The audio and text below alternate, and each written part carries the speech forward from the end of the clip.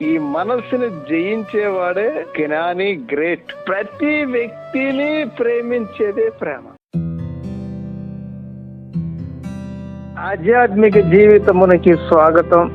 ఇది కులము, మతము, జాతి, తెగ దేనికి చెందిన సబ్జెక్ట్ కాదు. ఇది మనిషి రెండు కాళ్ళ మీద ఉంటాడు, మనసు అనేక కాళ్ళ మీద ఉంటది. ఈ ఆత్మని శుద్ధి చేసేది, ఆత్మని నాశనం చేసేది, ఆత్మని పవిత్రపరిచేది మనసే అని నమ్మాలి. ప్రతి దానికి కారణము మనసే. ఈ ప్రేమ, నటన ఇవి మొత్తము క్యాలిక్యులేట్ చేయండి. ఒక వ్యక్తి మీద ప్రేమ ఉంటది, ఒక వ్యక్తి మీద ద్వేషం ఉంటది. పక్కింటి అమ్మాయి అందంగా ఉంది, ప్రేమిస్తాం. ఇటు పక్కన అమ్మాయి అందవిహీనంగా ఉంది, ద్వేషిస్తాం. అటు పక్కన కుర్రోడు చాకులాగా ఉన్నాడు, ప్రేమిస్తాం. ఇటు కుర్రోడు అసహ్యంగా రోడ్డు మీద పడి దొరలాడుతాడు, ద్వేషిస్తాం. అసలు ఈ అన్బ్యాలెన్స్డ్ ఎక్కడి నుంచో వస్తుంది అనేది కనిపెట్టాలి. ఇదే ఆత్మని పాయిజన్ చేసేది, ఇదే విషమయము చేసేది. ఏంది అంటే మనసు. అంటే ఇప్పుడు పొగ ఉంటది, ఈ పొగ ఈ ఇంటిని ఆవరించినప్పుడు మొత్తం ఏమైపోయింది, పొగ పట్టుకుని పోయింది. అదే విధంగా ఈ మనసు ఏం చేస్తుందంటే ఈ కాలుష్యము మొత్తాన్ని, అంటే లోక సంబంధించిన కాలుష్యం మొత్తాన్ని ఆత్మకి అంటగట్టి ఆత్మని నరకప్రాయం చేస్తాం. ఈ మనసుని జయించేవాడే జ్ఞాని, గ్రేట్. ఈ ప్రేమ అనేది ఈ యవ్వన వయసులోకి వచ్చిన తర్వాత ఈ సిస్టము ప్రేరేపింపబడుతూ ఉంటది. ఇతను మనస్సు ఒక రంగుల వలయములో ఒక మనోహరముగా ఎక్కడికెక్కడకు ఎగిసి పడతా ఉంటది. దీనినే యవ్వనము అంటారు. ఇది మొత్తము క్రియేటింగ్ ఆ సృష్టికర్త. ఈ యవ్వనములో ఎవరు అయితే దేవుని కాడి మోస్తారో వాళ్ళు అదృష్టవంతులు. ఈ యవ్వనాన్ని జయించాలి. ఇక్కడే పెద్ద మ్యాజిక్ ఉంది. ఇక్కడ ఈ మనస్సు అక్కడ ఒక స్త్రీని చూసి మోహితుడు అయ్యి నేను ప్రేమిస్తున్నాను అని అప్పుడు దాకా తల్లిదండ్రులతో ఉన్న వ్యక్తి ఆ తల్లిదండ్రులను కూడా వదిలేసి ఈ స్త్రీ ఎంపట పోతా ఉన్నారు. ఎందుకు? దాన్ని స్వార్థము, దానిని వ్యామోహము అని చెప్పవచ్చు. అయితే అది ప్రేమ అనరు. ఈ సినిమాలు చూసి, లేకపోతే ఈ సీరియల్స్, నాటకాలు వగైరా వగైరా చూసి మోసపోవచ్చు. ప్రేమకి గుణము ఉండదు, ప్రేమకి రుచి వాసన తెలియదు, ప్రేమకి నిర్వచనము లేదు, ప్రేమని నిర్వచించే నరుడు లేడు. ప్రేమ అనేది అతీతమైన విషయము. ప్రేమకి మోహము తెలియదు, వ్యామోహము తెలియదు, కామము తెలియదు, ఆశ తెలియదు, దానికి ఎటువంటి వాసన తెలియదు, ఎటువంటి ద్వేషము తెలియదు, ఇటువంటి పగ తెలియదు, ఇటువంటి శత్రుత్వం ఉండదు. ప్రేమ అనేది అతీతమైన విషయము. ప్రేమని నిర్వచించటము అసంభవము. అయితే ఒక పురుషుడు ఒక స్త్రీని ప్రేమిస్తున్నాను అన్నారు, దాన్ని ప్రేమ అనరు. అట్రాక్షన్, కర్మబంధము, గ్రహస్థితి, దాన్ని యాక్చువల్ గా ఏమని చెప్పవచ్చు అంటే ఆకర్షణ, స్వార్థము, నాకు, నాది అనేది ఇది ప్రేమ. దీనిని ప్రేమ అంటే ఏంటి? ఈ ప్రేమలో స్వార్థం ఉంది, అంటే ఇది ప్రేమ కాదు.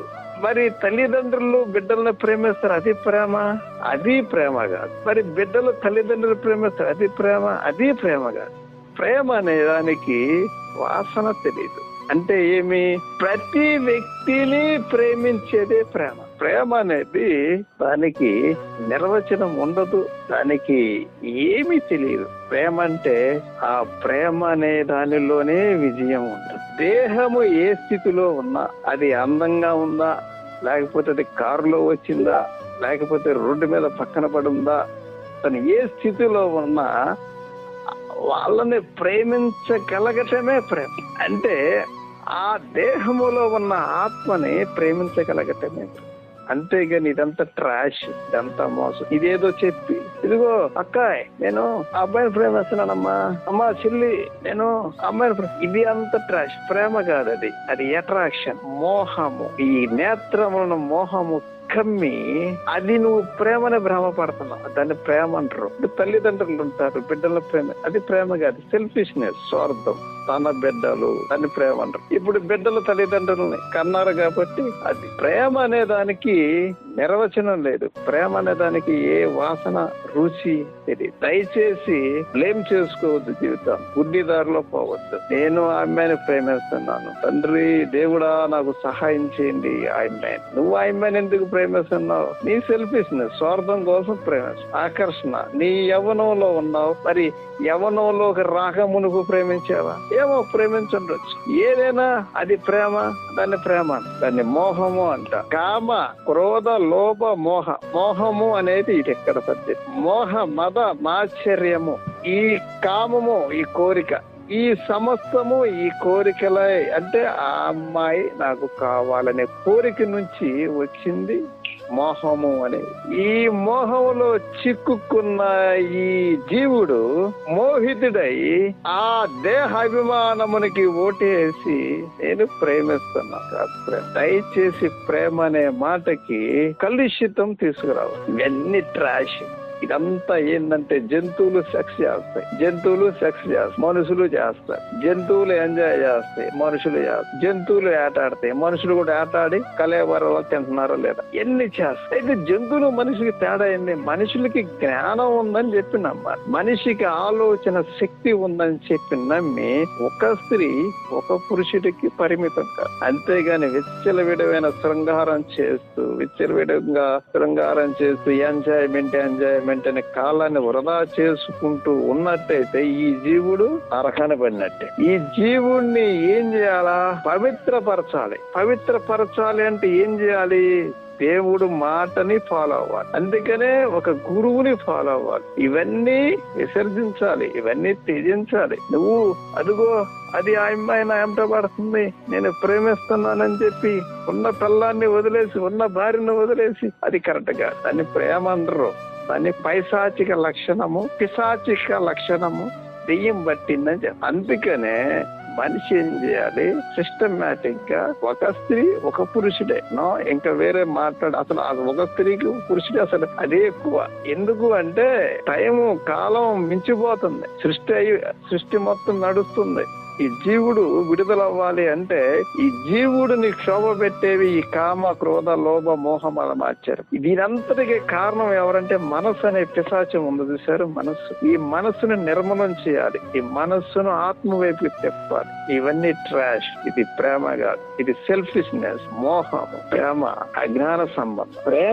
ప్రేమ అనేది ఎలా? ప్రతి వ్యక్తిలో ఉన్న ఆత్మని ప్రేమించగలగటమే ప్రేమ. అంటే ప్రతి దేహములో ప్రకాశిస్తున్న ఆ జీవుడిని ప్రేమించగలగటమే ప్రేమ. ఆ ప్రేమ అనేది అతీతమైనది. ఆ ప్రేమకి నో సెక్స్, ఆ ప్రేమకి నో సుఖము. ఆ ప్రేమ అనేది త్యాగం చేస్తా ఉంటది. ఆ ప్రేమ అనేది సంతోషపడతా ఉంటది. ఆ ప్రేమ అనేది అతీతమైన స్థితి. ఆ ప్రేమకి ఇసుగు లేదు, ఆ ప్రేమకి కోపం లేదు. ఆ ప్రేమ అనేది ధరించిన వాడే ఖచ్చితంగా దేవుణ్ణి చేరతారని నమ్ముతున్నాను. పరిశుద్ధుడికి శుభం కలుగును.